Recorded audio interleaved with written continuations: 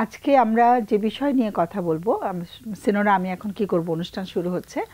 আর আজকে আমরা যে বিষয়বস্তু নিয়ে আলোচনা করব সেটা হচ্ছে যে সন্তান যখন গর্ভে থাকে তখন আমরা বলি যে মার একটু যত্ন করা দরকার। আগের দিনে আমরা শুনতাম যে মানে যারা মুরব্বী থাকতেন তারা বলতেন যে একটা হাসি খুশি বাচ্চার ছবি ঘরে লাগিয়ে রাখলে হাসি খুশি বাচ্চা হবে, এরকম শুনতাম। তো সেটার যে কোনো বিজ্ঞানসম্মত ব্যাখ্যা আছে সেটা জানতাম না। তো পরবর্তীতে যখন আমরা পড়াশোনা করেছি তখন দেখলাম যে আসলে ওই সময়টাতে মায়ের শরীরের যত্নটা যেমন ইম্পর্ট্যান্ট, মায়ের মনের যত্নটা বা মানসিক স্বাস্থ্যটাও ভীষণ ভীষণ ইম্পর্ট্যান্ট। তো এই যে মায়ের যদি মানসিক স্বাস্থ্য তখন ভালো না থাকে তাহলে সন্তানের উপরে কী ধরনের প্রভাব পড়তে পারে, নেতিবাচক কী প্রভাব পড়তে পারে, এটা নিয়ে আজকে আমরা আলোচনা করব। আমি পরিচয় করিয়ে দিচ্ছি স্টুডিওতে যারা আছে তাদের সাথে। একজন হচ্ছে ডক্টর মোহাম্মদ জহিরুদ্দিন একজন ক্লিনিক্যাল সাইকোলজিস্ট। আর আছে নাসিমা আক্তার। নাসিমা হচ্ছে একজন কাউন্সিলর অথবা আমি বলবো সাইকোথেরাপিস্ট। নাসিমা, তোমাকে স্বাগত। তো কে আগে বলবে বলো? বলেন, আপনি বলেন। এখন মানে আজকের যে বিষয়টা, এটা খুবই ইন্টারেস্টিং। আমি একটু দেখতেছিলাম আসলে ম্যাটেরিয়ালটা। দেখা যায় যে গর্ভাবস্থায় মায়ের যে মনের অবস্থা, সেটা প্রভাব সরাসরি ভ্রূণের উপর পড়ে এবং সন্তানের উপর পরবর্তীতে পড়ে।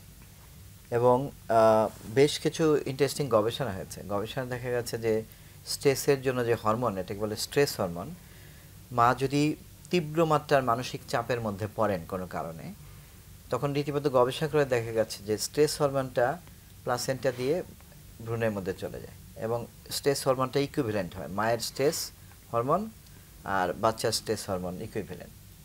তো এই যে গবেষণাগুলো এবং কয়েকটা রোগ দেখা গেছে, মায়ের মধ্যে তীব্র মানসিক চাপ থাকলে পরবর্তীতে বাচ্চাদের মধ্যে অ্যাংজাইটি, ডিপ্রেশন, তারপরে attention deficit hyper activity disorder বা অতিচঞ্চলতা, তারপরে আরেকটা জিনিস দেখা যাচ্ছে সেটাকে বলা হয় অটিজম বা এরকম ডেভেলপমেন্টাল প্রবলেম।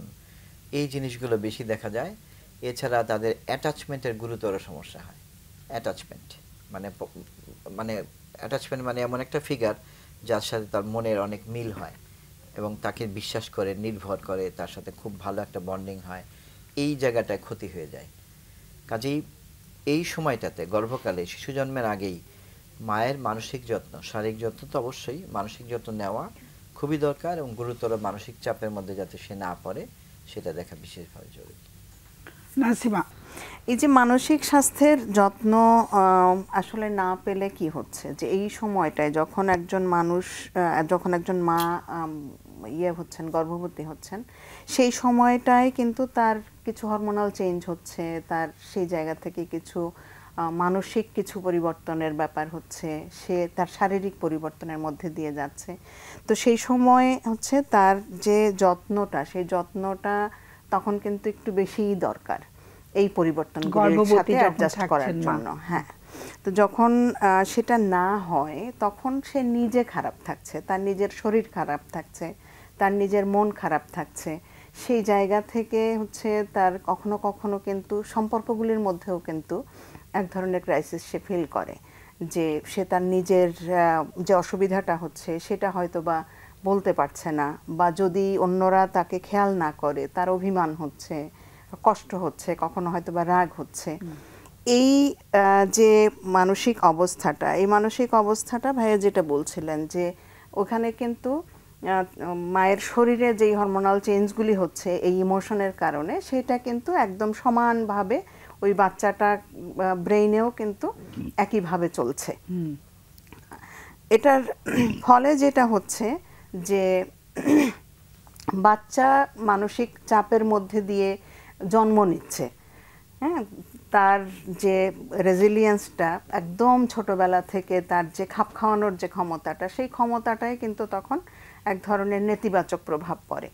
যত একটা স্বাভাবিক সুস্থ বাচ্চা যেভাবে তার পরিবেশের সাথে খাপ খাওয়াচ্ছে, ধীরে ধীরে ছোট বাচ্চাটা বড় হচ্ছে, তার বুদ্ধিমত্তার বিকাশটা যেভাবে হচ্ছে, তার শারীরিক জায়গা থেকে যদি আমরা ইমিউনিটির কথা যদি বলি, রোগ প্রতিরোধ ক্ষমতার জায়গাটা, সেখানে একটা নেগেটিভ ইম্প্যাক্ট হয়।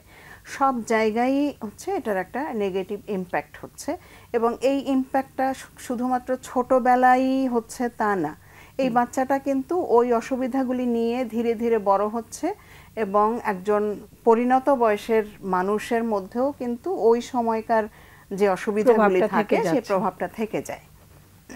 সেটাই, মানে যেটা বলা হয় যে মানে শেষের দিকে গিয়ে, মানে শেষ 3 মাসে ব্রেনের যে তোমার সেলগুলো আছে, সেলের সংখ্যা খুব বাড়তে থাকে, ব্রেনের সাইজ বড় হতে থাকে। তো কাজেই বাচ্চার কিন্তু অনেক কিছু, বাচ্চা ব্রেন কিন্তু তখন থেকে অ্যাবজর্ব করা শুরু করে, আমরা হয়তো অতটা জানি না আসলে। তো মায়ের মনের স্বাস্থ্যটা আসলে কেউ অত ভালো করে খেয়াল করি না, সেজন্যই মনে হলো যে এটা আমাদের আলাদা করে আলোচনা করা উচিত। তো আমরা মনের স্বাস্থ্য নিয়ে কথা বলছি এই অনুষ্ঠানে। আমরা সুস্থ বাচ্চা চাই, হাসি খুশি বাচ্চা চাই, সবল বাচ্চা চাই, বুদ্ধিমান বাচ্চা চাই।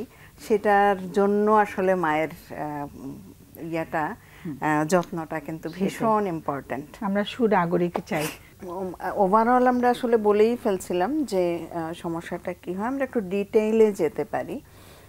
যে আমরা যখন বলছি যে সাইকোলজিক্যাল ডেভেলপমেন্টে বা নিউরোলজিক্যাল ডেভেলপমেন্টে হচ্ছে বাচ্চার ক্ষেত্রে একটা নেতিবাচক প্রভাব পড়ে, তো যেটা হয় যে যখন হচ্ছে মা ভালো থাকছেন না, মায়ের যত্নটা ঠিক মতো হচ্ছে না, মা খারাপ থাকছেন, তো মা যখন খারাপ থাকছেন সেই সময়টায় হচ্ছে যে, আমি একটু ধরিয়ে দিই, ধরো মা আর বাবার মধ্যে সম্পর্ক ভালো যাচ্ছে না, তখন সেই প্রভাবটা কিভাবে সন্তানের উপরে পড়তে পারে? এটাই আমি যেতে চাচ্ছিলাম আপা। কিংবা শ্বশুর বাড়িতে মায়ের ঠিক মতো মায়ের গ্রহণযোগ্যতাটা নেই, সেই তো এই সময়টায় যেটা হচ্ছে যে মানে মা কিন্তু আসলে নিজে ওই সময়টায় খারাপ ফিল করবেন।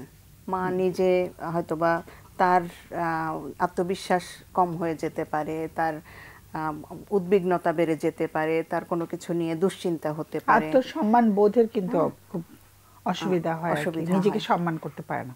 হ্যাঁ, তো এই যে বিষয়গুলি হচ্ছে, এটার কারণে হচ্ছে যে তখন কিন্তু একজন মা অনেক সময় গুটিয়ে যান, নিজে অন্যদের সাথে তখন কথা বলা, অন্যদের সাথে তার কোনো প্রয়োজন শেয়ার করা বা অন্যদের প্রয়োজনে তার সাথে কন্ট্যাক্ট করা, এই জায়গাগুলিতে কিন্তু তার মধ্যে দেখা যায় যে একটা অনীহা কাজ করে, একটা হতাশা কাজ করে, কেউ তাকে বুঝতে পারছে না, কেউ তাকে ওই আদরটা দিচ্ছে না, মানে মনটা ছোট হয়ে যায় আর কি। আমরা